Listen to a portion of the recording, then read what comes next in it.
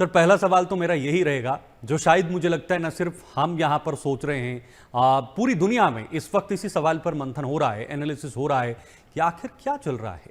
क्या ये cease fire है या कोई नया प्रोपेगेंडा या कोई नई चाल अमेरिका इजराइल की तरफ से, या कुछ और चीजें हैं? कैसे देख रहे हैं सर आप?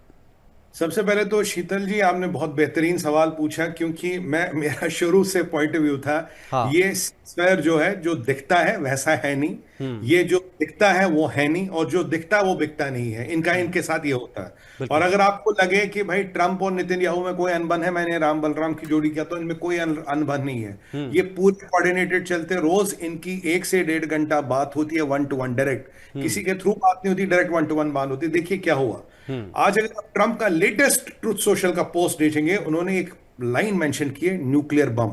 हम्म। यानी कि कल जो हम बात कर रहे थे आपके शो पे, हमने कहा भाई जो पीछे जो ट्रंप का ट्वीट आया था या पोस्ट आया था जिसमें कहा सिविलाइजेशन विल डाई, उसमें लोगों ने कनेटेशन निकाला, लोगों ने उसका अनुमान लगाया, क्या हम्म। आप न्यूक्लियर बम का इस्तेमाल करने वाले हो, क्या न्यूक्लियर बम का प्रयोग हुआ। काफी हमारे बुद्धिजीवियों ने कहा जी न्यूक्लियर बम चलने वाला है। मैंने हाँ। आपके शो पे कहा था बिल्कुल नहीं, मैंने अपने चैनल पे भी कहा था बिल्कुल नहीं चलेगा, मतलब ही नहीं। देखिए न्यूक्लियर बम बम ये कहने की चीजें, ये यूज करने की चीजें नहीं। हाँ, हम्म। पर यह गारंटी अगर आप कहे जहादियों के परिप्रेक्ष्य में लो, उनके परिप्रेक्ष्य में मैं नहीं लूंगा। जहां बिल्कुल। तक सभ्य लोग हैं, सभ्य सिविलाइजेशन है, न्यूक्लियर बम सर एक डेटरेंस है। ये कभी यूज नहीं किया जाना चाहिए, कभी यूज नहीं हो सकता, भगवान ना करे कभी ये यूज हो। बट जहादियों के परिप्रेक्ष्य में मैं गारंटी नहीं लूंगा, वो कुछ भी कर सकते हैं। तो हम्म। ये जो मसला बहुत फैल गया था, तो ट्रंप ने थोड़ा पीछे खींच लिया। अब ट्रंप को पीछे खींचने के लिए क्या चाहिए? ट्रंप को पीछे खींचने के लिए एक दलाल चाहिए, एक ऐसा मुल्क जो दलाली करता हो, जो ऐसा मुल्क जो प्रिपेड जहाद करता हो, एक ऐसा मुसलमान मुल्क जो मुसलमानों के पीठ में खंजर भोंकने का काम करे। और हाँ। पाकिस्तान से बेहतर, पाकिस्तान से सुंदर इसके लिए कुछ हो नहीं सकता। मैं तो हम्म। कहता हूं अमेरिका के पालतू है ये। अमेरिका ने अपने पालतुओं को फोन किया था, भाई देखो मसला हो रहा खराब, हम्म। परिस्थिति खराब हो रही है। और इन्होंने, मैंने आपको बताया था, जैसे हजारों औरतों बच्चे पुलों पे, रेलवे स्टेशनों पे, पावर स्टेशनों के अंदर बिठा दिए। जेनोसाइड तो अमेरिका कर नहीं सकता, देखिए रेस्पॉन्सिबल मुल्क है। हम्म। तो उन्होंने कहा कि ठीक है अब क्या करें, थोड़ा पीछे करना। तो चलो जी सीज फायर की बात करते हैं। अब हम्म। सीज फायर को लेके कुछ धारणाएं और अवधारणाएं जिनको आपके शो पे आज बिल्कुल क्लियर करना, जो कल तक नहीं थी। पहली बात, पाकिस्तान को रोपिन किया कि पाकिस्तान है जी, हमने फोन किया। और वो शाहबाज का ट्वीट जो था, वो अमेरिकन ने लिख के दिया, उसकी पोल खुल चुकी, उस पर हम बात नहीं करेंगे, कल हमने बात की थी। तो बिल्कुल। अमेरिका ने इनको दिशा दिए, निर्देश दिए, उन्होंने ट्वीट किया, ये ईरानियों के पास है। लेकिन ईरान की हालत भी कोई अच्छी नहीं है, बहुत बुरी है मिलिटरीली। तो हम्म। अब ईरान को एक विंडो चाहिए थी। अब अमेरिका ने बहुत तगड़ी बदमाशी की, उन्होंने कहा हाँ कोई बात नहीं, जो आपका प्रपोजल भेज दो, इस पे हम बात करें, इस पर बेस बना के बात करेंगे। ये कल हम्म। अमेरिका ने कहा था, बिल्कुल सही बात है। अब क्या हुआ, जब ये गए तो इन्होंने जाके बोले ठीक है जी सीज फायर वगैरह हो गया, फिलहाल मसला ठंडा हो गया। हम्म। ईरान को लगा हमें सीज फायर होगा, हम थोड़ा अपना लाव लश्कर इकट्ठा करेंगे। अमेरिका को लगा हमें भी लाव लश्कर इकट्ठा करना है, और जो न्यूक्लियर व्यूक्लियर वाली जो बातें होगी इनको खत्म करना है। भाई ये न्यूक्लियर हाँ। वाली मसला है, ये बहुत बढ़ गया है, और entire civilization will be killed. ये बहुत बड़ा स्टेटमेंट था। मैं नहीं मानता ट्रंप को ये यूज करना चाहिए, गलत हम्म। स्टेटमेंट था। हम्म। अब एनीवे ये बात होगी, तो अब पाकिस्तान का यूज किया गया। पाकिस्तान ने सो कॉल्ड सीज फायर करा दिया, पाकिस्तान अपने कॉलर ऊपर करा, देखो जी हाँ। हमने सीज फायर करा दिया, हमने ये कर दिया। मैं तो कहता हूं जनाब, हम्म। पाकिस्तान ने हिजबुल्लाह की सुपारी ली है। ओके। पाकिस्तान ने हिजबुल्लाह की सुपारी ली है। हाँ। पाकिस्तान में किसी को भी बेचा जा सकता है। हम्म। जो मुल्क, जो कौम अपनी बेटियों को, चीनियों को बेचे, उसके लिए हिजबुल्लाह क्या? हिजबुल्लाह तो वैसे ही शिया, ये तो सुन्नी है। हम्म। अब देखिए एंगल भी, हिजबुल्लाह शिया, ये लोग सुन्नी है। अब इन्होंने शिया मुल्क, ऐसा सुन्नी मुल्क ढूंढा जो शियाओं के पीठ में खंजर भोंकने का काम करे, वो मिला पाकिस्तान। पाकिस्तान ने भाई साहब काम कर दिया। अब हम्म। सो कॉल्ड सीज फायर हुआ, ईरान को यह बताया गया भाई सीज फायर में सब कुछ मामला खत्म। हम्म। अब बेंजामिन नेतन्याहू ने छूटते ही बोला मेरे भाई कि भाई लेबनान इंक्लूडेड नहीं है हम्म। Cease fire. ईरान के परिप्रेक्ष्य में लेबनान को तो नाम ही नहीं है। हम्म। ईरानियों को पाकिस्तानियों ने गोली दी, नहीं सब इंशाल्लाह सब ठीक हो गया, कहीं कुछ नहीं होगा, अब सब किसी पे कोई अटैक नहीं होगा। अब ईरान थोड़ा रुक गया, कहानियां चल रही थी, वैसे उस पर भी बात करेंगे। हाँ। यहां इजरायलियों ने साहब पूरी ताकत लगा दी और लेबनान पे दावा बोला। देखिए बिल्कुल। इजराइल के लिए लेबनान बहुत इंपॉर्टेंट है, प्रॉक्सी बहुत इंपॉर्टेंट है। और हिजबुल्लाह को लेके आप ही का शो था शायद शीतल जी, मैंने कहा था कि इजराइल कट्स ने कहा था कि भाई हिजबुल्लाह को डिसआर्म नहीं कर सकते। तो मैंने कहा एक ही विकल्प है, फिर आप डिसआर्म नहीं कर सकते तो खत्म करना कैसे करना है? फिर वही विकल्प तो फिर एक ही बचता है ना, डिसआर्म हो नहीं सकता, खत्म करना है तो कैसे करे? हम्म। खत्म करो। अब देखिए सर, यहां सीज फायर की घंटियां बजने लगी, रुक गया पाकिस्तान अपने कॉलर ऊपर कर रहा था। हिजबुल्लाह में के ऊपर लेबनान में 10 मिनट में 100 अटैक, 10 मिनट में 100 बिल्डिंगें, 100 अटैक 10 मिनट में, यानी कि पूरी तैयारी पहले थी, पूरी बिल्कुल। प्लानिंग पहले थी, पूरी व्यवस्था थी। तो सर 10 मिनट में कोई 100 अटैक थोड़ी ना कर सकता। पिन पॉइंटेड अटैक, जहां मुल्ला नईम कसीम रहता है हिजबुल्लाह का चीफ, उसके फ्लैट को ही नहीं साहब, उस पूरी बिल्डिंग को खत्म। अभी अभी खबर आई कि हिजबुल्लाह के कुछ लोग जो मारे गए थे वो कहीं सिमेट्री उनको दफनाने पे जा रहे थे, वहां भी हमला कर दिया, 8 लोग वहां मार दिए।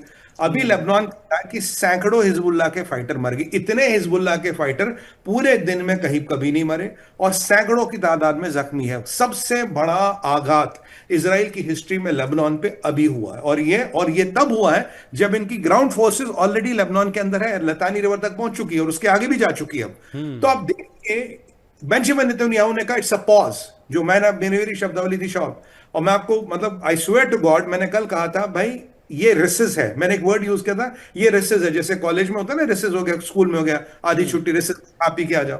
बेंजामिन नेतन्याहू ने कहा ये रिसेस है, ये युद्ध खत्म नहीं हुआ और लेबनान का कोई मतलब नहीं है। ये गए पाकिस्तान के पास, कहता भैया लेबनान पे तो ठुकाई हो रही। पाकिस्तान ने ट्रंप को फोन लगाया, ट्रंप कह रहा भाई लेबनान तो इसमें था ही नहीं। जेडी वांस को फोन लगा, जेडी वांस कह रहे भाई ये तो आपकी गलत फहमी, हमने लेबनान कब कहा था, बिल्कुल। लेबनान हमने कभी नहीं कहा था। और वहां इसराइल कह रहा है लेबनान है ही नहीं। यानी कि आप देखिए रणनीति क्या है। पहले इसराइल की आधी ताकत लग रही थी हूतियों पे, आपकी लग रही थी लेबनान में, आपकी लग रही थी ईरान पे। अब आपने एक फ्रंट बंद करा दिया ईरान का, जहां आपकी 70% शक्ति लग रही थी। अब ये सारी शक्ति कहां लगेगी? अब हूतियों ने तो भाई गिनती के 4 मिसाइल और 7-8 ड्रोन चलाए। वैसे वो कहते थे अब ये मैदान करबला वाली लड़ाई है, हम आएंगे, पर हूतियों की काफी कमर तोड़ दी गई है, उनमें वो शक्ति। अब पूरी ताकत इसराइल ने इन 10 दिन, 5 दिन, 15 दिन, जब तक इस सीज फायर का नाटक चलेगा, पूरी ताकत लगा दी साहब कहां पे? लेबनान पे। लेबनान की ऐसी तैसी कर ली, और इसराइल कहता है भाई मेरे लिए तो लेबनान सबसे इंपॉर्टेंट है। अब चलिए ये वाला मसला, अब चले दूसरे फ्रंट पे चलते, ईरान के फ्रंट पे क्या हो रहा है। तो देखिए, ये इन्होंने, ट्रंप और नेतन्याहू ने खेल खेला। एक दलाल मुल्क को पकड़ा, पाकिस्तान। पाकिस्तान ने सुपारी ली, मुनीर को पैसे मिले, शहबाज को पैसे मिले, ट्वीट भी कर दिया, अपने कॉलर भी ऊपर कर दिया, और पूरा विनाश कर दिया किसका? लेबनान को। और अब क्या कह रहा है पाकिस्तान? कह रहा जनाब ऐसा है, ये आप बात करो इनसे, लेबनान के होते सीज फायर खत्म हो सकता। और जेडी वंस क्या कह रहे इसराइलियों ने तो भाई हल्का हाथ रखा है, हमारे कहने पे हल्का हाथ रखा, वरना इसराइल तो कुछ भी कहते। ये इसराइल का हल्का हाथ है। आप 300 या कुछ हजार फाइटर मारे, जो संभवतः इंफॉर्मेशन आ रही, 100 बिल्डिंगें गिरा दी, आप कह रहे हो ये तो हमने हल्का हाथ रखा है। अब यहां क्या? अब यहां पे चलिए साहब, ईरान में 2 बड़ी डेवलपमेंट्स हैं सर सीज के बाद, शीतल जी। 94 ड्रोन, आज सुबह तक की बात बता रहा हूं, 23 मिसाइल चला चुके हैं हाँ। 8 पड़ोसियों पे। ठीक है जी, 94 ड्रोन और 23 मिसाइलें चला चुके हैं सऊदी। अब बड़ा इंपॉर्टेंट इसमें यह डेवलपमेंट हुआ कि सऊदी अरबिया में जो अरामको है, जो उसकी सबसे बड़ी तेल कंपनी है, जिसमें 50% पार्टनर सर अमेरिका है, उसकी पाइपलाइन पे पहली बार अटैक हुआ। सऊदियों की पाइपलाइन पे अटैक हुआ, यहां मसला खराब। अब जरा यहां चला रही एक इनकी डिस्टिलरी है, बहुत बड़ी ऑयल रिफाइनरी है, लवान।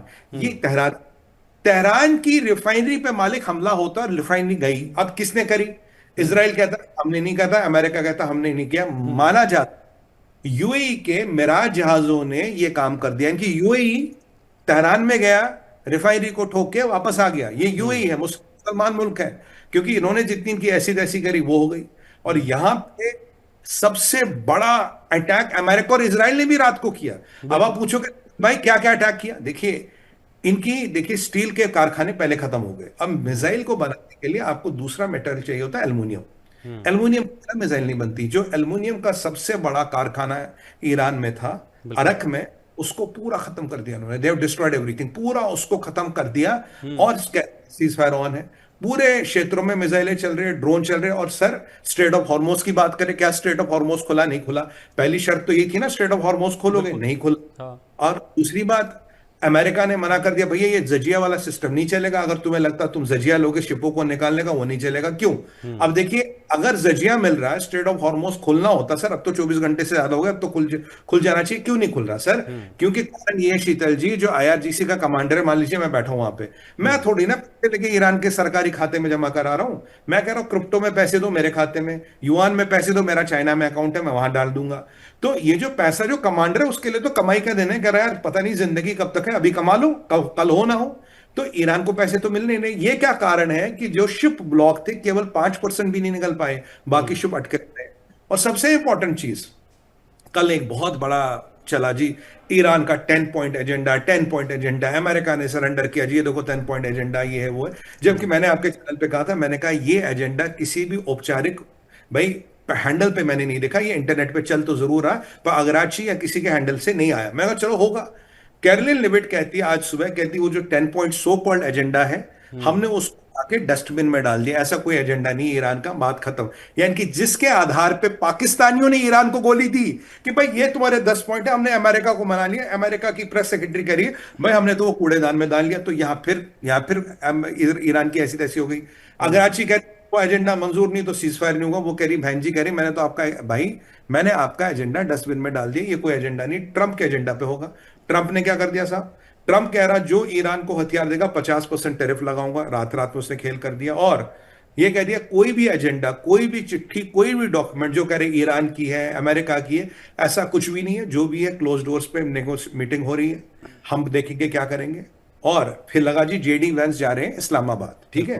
ट्रंप ने पहले बोला यार न्यूयॉर्क टाइम्स को इंटरव्यू देते हो, सिक्योरिटी रीजन है। फिर खबर आई जा रहे हैं। अभी जो खबर आई, ईरान का एम्बेसडर जो पाकिस्तान में सर, उसने ट्वीट किया कि जेडी वैंस और अमेरिका जेराल्ड कुशनर और विटकॉफ आ रहे हैं। और कुछ बाद 15 मिनट बाद वो ट्वीट डिलीट कर दिया। यानी कि अमेरिका इस्लामाबाद जाना भी पक्का नहीं है। अगर आप इस पूरे खेल में पाकिस्तान की नीति देखें, पाकिस्तान को यूज किया गया, जो मैं कह रहा हूं, पाकिस्तान उम्मत के पीठ में खंजर वो का है। पाकिस्तान वो दलाल है जो किसी को नहीं छोड़ता, और ये नेतन्याहू और ट्रंप की गेम है। और अभी अभी ट्रंप का ट्वीट आया कि अमेरिकन मिलिट्री अपनी पूरी तैयारी कर रही है, हमने अपने हथियार वथियार जो भी हमें रिप्लेनिश करने थे, ठीक करने थे, हमने कर दिए।